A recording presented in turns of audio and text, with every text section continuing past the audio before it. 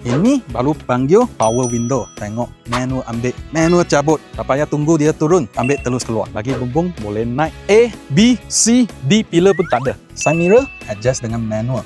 Power side mirror tu apa? Tak guna. Ini best. Tahan lama. Tengok depan ada handlebar. Duduk dalam kereta ni safe. Lagi sini ada ruang simpanan. Original memang tak ada aircon. Owner kasih modified. Lagi ada aircon temperature, blower punya setting. Ni kerusi, handrest tak penting. Janji duduk dalam kereta ni semua orang pandang dekat kita dan tengok pintu ni. Solid. So, nak buka, tarik, nak lock, tolak ke atas. Poket yang sangat besar dekat sini. Okay. So, tengok. Cukup tinggi. Dalam ni nak simpan air, tak ada masalah. Lebih 50 tahun, pintu masih solid. Kunci kereta korang guna alam kan? Jangan. Banyak sikit kunci. Orang kena teka. Ini satu kunci untuk isi fuel tank. Lagi satu kunci untuk buka pintu. Lagi satu kunci untuk boot belakang. Dan start kereta, lain kunci lagi. So, orang nak curi kereta awak juga susah.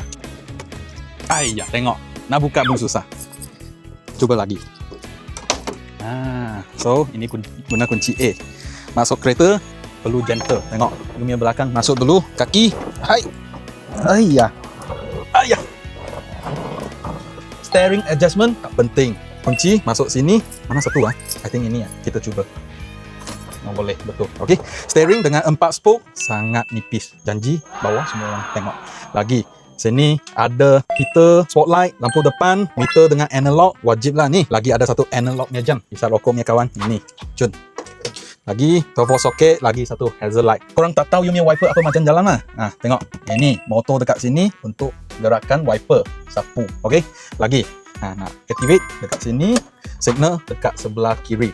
Pandu kereta macam ni, of course manual dengan 4 speed, 3 pedal, lagi handbrake konvensional dan ni 2 biji telur untuk apa? Bukan ini telur Okey, ini untuk air intake dari depan sampai ke belakang. Untuk apa? Nanti pagi korang tahu. Spare tayar saja. Enjin bagaimana? EV ni. EV. Dia dengan 1.6 liter air cooler flat 4. Pair dengan 4 speed manual rear wheel drive. Horsepower dia dengan 47 dan 98 Nm of torque. 0 to 100 tak penting. Janji awak tengok nak naik kereta.